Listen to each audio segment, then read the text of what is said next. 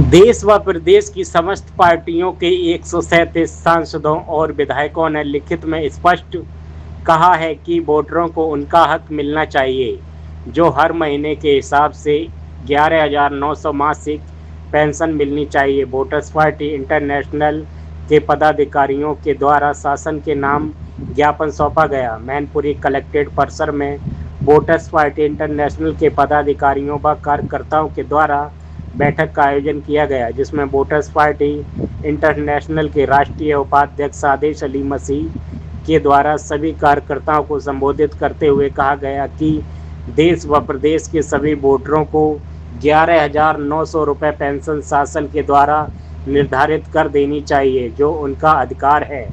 पूर्व में देश व प्रदेश के विभिन्न पार्टियों के सांसदों व विधायकों ने 2005 व 6 में लिखित संसद में यह पत्र दिया है कि वोटरों को उनका हक मिलना चाहिए। बावजूद इसके सरकार के द्वारा सभी दस्तावेजों को छुपाया जा रहा है। इसी दौरान वोटर्स पार्टी के पदाधिकारियों व कार्यकर्ताओं के द्वारा मैनपुरी जिलाधिकारी कार्यालय पहुंचकर अपर जिलाधिकारी को शासन के नाम ज्ञापन सौंपते हुए शासन व प्रशासन के विरोध में मांगों को लेकर प्रदर्शन करते हुए नारेबाजी की। इस दौरान अपनी मांगों को लेकर वोटर्स पार्टी के राष्ट्रीय अध्यक्ष आदेश अली मसीह ने क्या कुछ कहा, देखें रिपोर्ट। नाम है आपका? सादेश अली मसीह, वोटर्स पार्टी के राष्ट्रीय उपाध्यक्ष हैं। आज एक ज्ञापन सौंपा है सरकार के नाम, किस तरीके की मांगे हैं आप?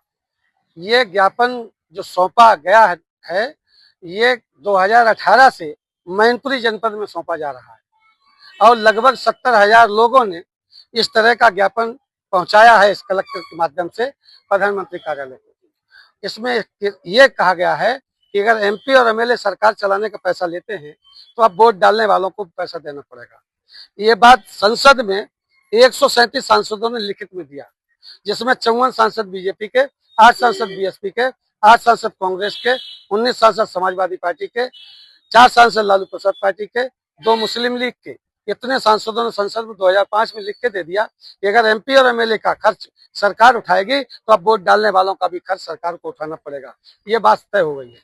जैसे कि 54 सांसदों ने आवाज उठाई है कि वोटरों को उनका हक मिलना चाहिए, तो बीजेपी की सरकार भी है देश और प्रदेश, तो क्यों मांगे पूरी नहीं हो पा रही? ये जो बीजेपी की जो सरकार है और जिन सांसदों ने पार्लियामेंट में इसकी मतलब समर्थन लिखा था, इसलिए समर्थन जो लिखा था तो वो सब सांसद प्रधानमंत्री के चुंगल में है।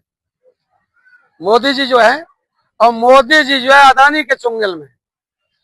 अदानी नहीं चाहते हैं कि गरीबों के घर पैसा पहुंचे और मोदी जी जो है गरीबों के घर का पैसा खींच के अदानी के घर पहुंचाने का काम करते हैं। पूरी सरकार एक ही काम कर रही है कि गरीबों का पैसा छीनो और अमीरों को घर पहुंचा दो, जमीन किसान की छीनो और अमीरों के पास पहुंचा दो।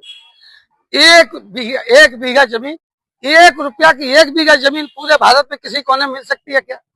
लेकिन असम जैसे स्टेट में 5,000 10,000 बीघा जमीन जो है 1 रुपया के अनुपात में इन अदानी और अंबानी को लिखी गई है।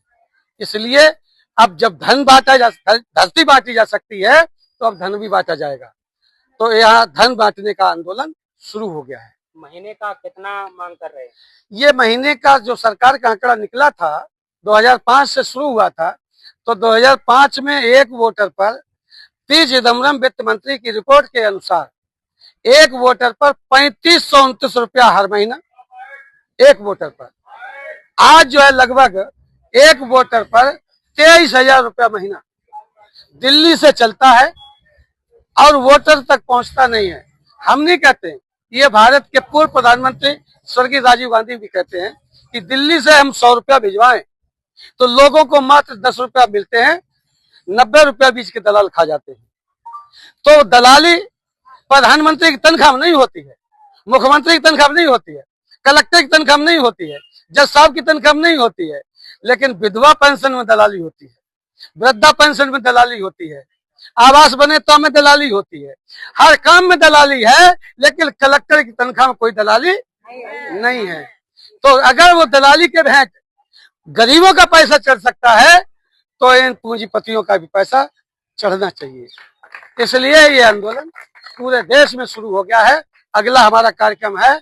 अगर ये पार्टियां जल्दी नहीं सुधरेंगी तो अब वोटर ज्यादा दिन धैर्य नहीं रखेगा।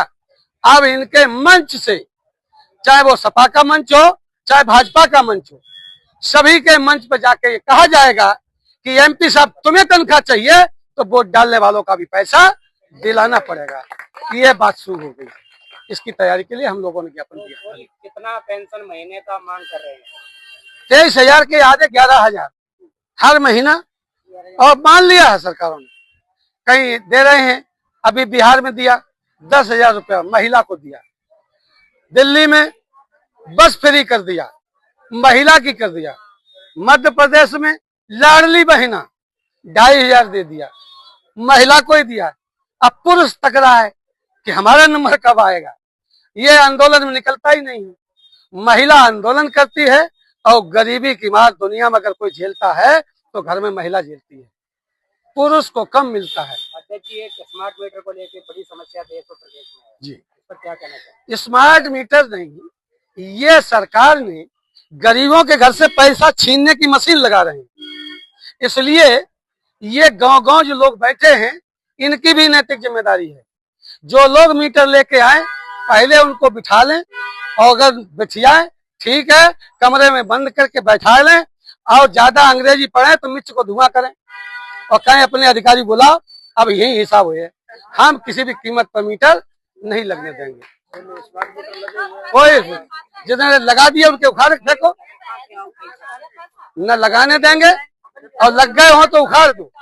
और जिसकी हिम्मत है ये कहेगा कि हम 11,000, 9,000, 16,000 वसूल कर लेंगे, अगर प्रधानमंत्री और मुख्यमंत्री और कलेक्टर वोटर का पैसा नहीं दे पाएगा तब तक हमसे भी वसूली नहीं कर पाएगा।